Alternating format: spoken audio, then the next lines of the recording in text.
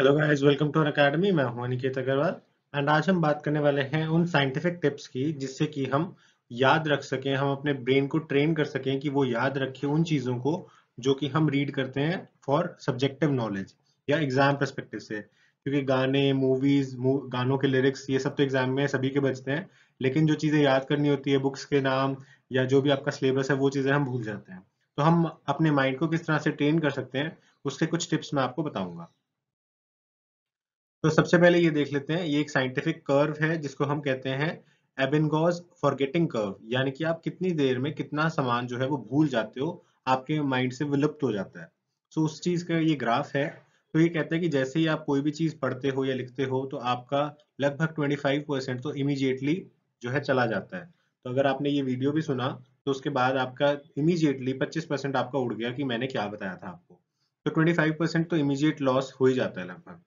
उसके बाद 20 मिनट जब कंप्लीट हो जाते हैं तो 58% बचता है, और बाकी का जो पोर्शन है 42% वो आपका लॉस हो जाता है। So there is a loss of 42%। उसके बाद यहाँ पे 42% लॉस।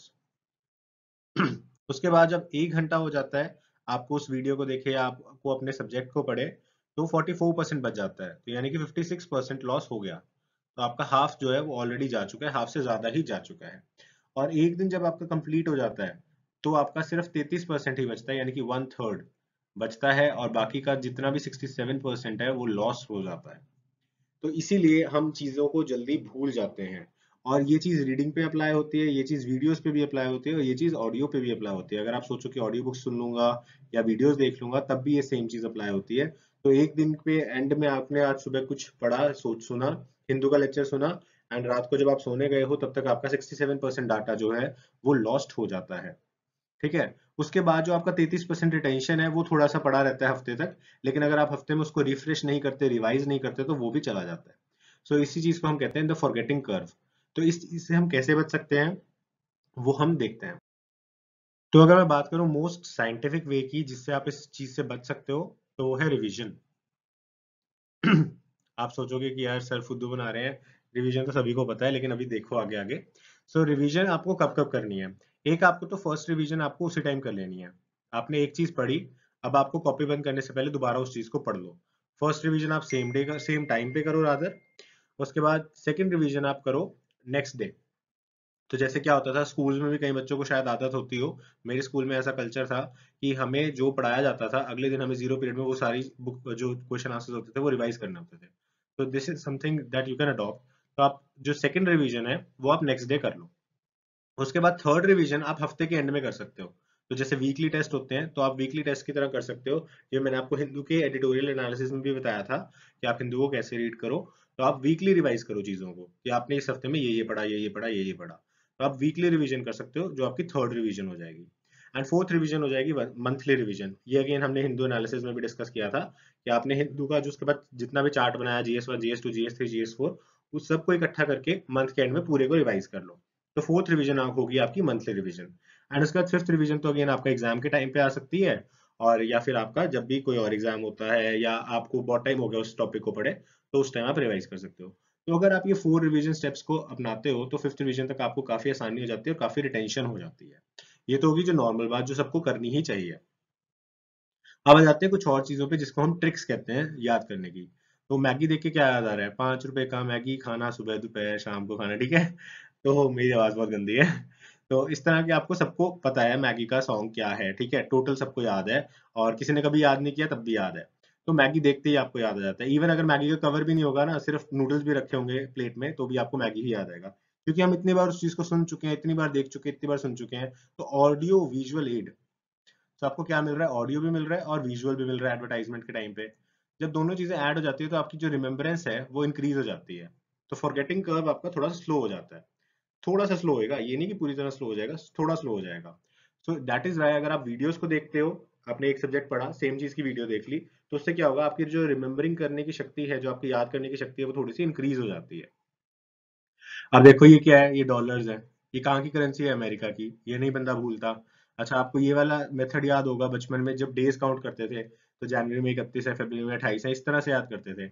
आज भी आप उसी तरह से गिनते हो, अदरवाइज आपसे अचानक से कोई पूछ ले अक्टूबर में कितने डेज है तो आपको नहीं याद होगा। तो ये कुछ और ट्रिक्स हो जाती हैं जिससे कि आप चीजों को याद रख सकते हो। अच्छा, इसी तरीके से ये वाला ट्रिक भी आपको पता होगा कि जब छोटे बच्चों को प्लैनेट्स के नाम याद कराते हैं, Mercury, Venus, Earth, Mars, Jupiter, Saturn, Uranus, Neptune, Pluto, तो इस तरह से कराते हैं। अच्छा, विबग्योर आपको जब रंगों के नाम याद कराते हैं, वॉयलेट, इंडिगो, ब्लू, ग्रीन, ठीक है, तो ये सारी की सारी चीजें ट्रिक्स होती हैं, mnemonics होते हैं, जिससे हम शॉर्ट फॉर्म्स बना लेते हैं। जैसे साइंस में बनाते थे कालीनाथ का माली आलू जरा फीके से पकाता है, पीरियोडिक टेबल के लिए।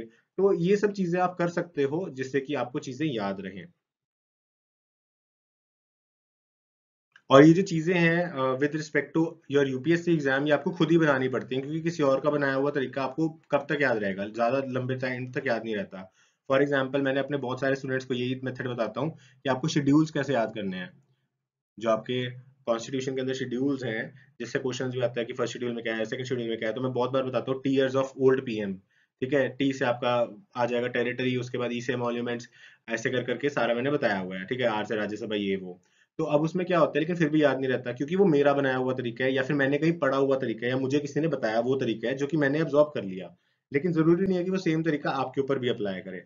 तो आपको इस तरह के मेमोनिक्स जो है, या आपको किस चीज के साथ रिलेट करना है, किस तरह की शॉर्ट फॉर्म आप बना सकते हो, वो आपको खुद बनाना पड़ेगा। अगर एक बार आप खुद बना लोगे वो सारी चीजें, तो आपको लंबे समय तक याद भी रहेंगी।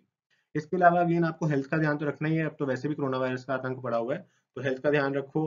अच्छा खाना खाओ, अच्छा खाना खाओगे तो आपके ब्रेन को ताकत मिलेगी। हैप्पी रहो, खुश रहो। अगर आप प्रेशर लेके पढ़ोगे तो आपको चीजें याद नहीं रहेंगी, क्योंकि आपका आधा दिमाग तो वहीं पे डंप हो गया। ठीक है, तो हैप्पी रह के पढ़ोगे, जॉयफुलनेस से पढ़ोगे, जैसे आप इंटरेस्ट से करते हो। सपोज ड्राइंग आप अच्छी करते हो, तो आप इंटरेस्ट से ड्राइंग करते हो, तो आपको टाइम का भी पता नहीं चलता। तो उस तरह से करोगे तो आप अगेन आपकी जो लर्निंग कैपेसिटी है वो इंक्रीज होगी। फॉल्स इन्फॉर्मेशन को ना देखो।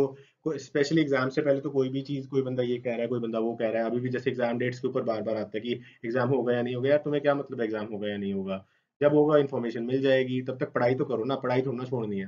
तो इस तरह से फॉल्स इन्फॉर्मेशन पे बिलीव ना करो, और लिसनर बनो रादर देन स्पीकर, यानी कि ज्यादा से ज्यादा कोशिश करो कि आप ऑब्जॉर्व करो, चीजों को सुनो। अगर बुक्स को सुन सकते हो, बुक्स को सुनो, लोगों को सुनो, लोगों के विचारों को सुनो, हर चीज को सुनो। बी अ गुड लिसनर, क्योंकि आप बोलोगे तो आपकी इन्फॉर्मेशन क्या पता अच्छी हो, क्या पता ना अच्छी हो, लेकिन आपका काम बोलना भी है ही नहीं। आपका काम अभी लिसन करना है। जब आप अफसर बन जाओगे उसके बाद अपनी बातें सबको सुनाना, अपने एक्सपीरियंसेस सबको बनाना सुनाना। तो इससे क्या होगा, अगेन आपकी रिटेंशन पावर बढ़ जाएगी, क्योंकि जब हम सुनते हैं तो हमारे अंदर ज्ञान जा रहा है, लेकिन जब हम बोलते हैं तो हमारे से अंदर से कुछ निकल रहा है। बेसिकली वो कुछ ज्ञान आ नहीं रहा। ठीक है, तो हमें एब्जॉर्ब करना है। So this was a short video. I hope आपको अच्छा लगा होगा, ठीक लगा होगा, एंड आप को मोटिवेशन मिला होगा बेसिकली, कि आपको किस तरह से चीजों को प्रिपेयर करके चलना है। एंड हमारे अनअकैडमी के नए बैचेस शुरू हो रहे हैं मंडे से, तो आप उन्हें सब्सक्राइब कर सकते हो। अगर आप 24 मंथ्स का प्लान लेते हो तो आपको अट्रैक्टिव 75% ऑफ मिलता है, और आपको 10% एडिशनल कोड मिलेगा, डिस्काउंट मिलेगा यूजिंग माई कोड ANI7। तो आपको सिर्फ 43,200 की पेमेंट पे 2 साल का अनलिमिटेड पैकेज मिलेगा अनअकैडमी का, जिसके अंदर आप किसी भी सब्जेक्ट को, किसी भी कोर्स को देख सकते हो। इसके अलावा इस लेक्चर की PDF आपको study time YT Telegram group पे मिल जाएगी। एंड साथ ही आप अनअकैडमी के भी टेलीग्राम ग्रुप को फॉलो कर सकते हो। एंड 10% डिस्काउंट का मैंने आपको कोड बता दिया। आप मुझसे पर्सनली कनेक्ट हो सकते हैं इंस्टाग्राम पे using my ID Aniket XD। Thank you for watching.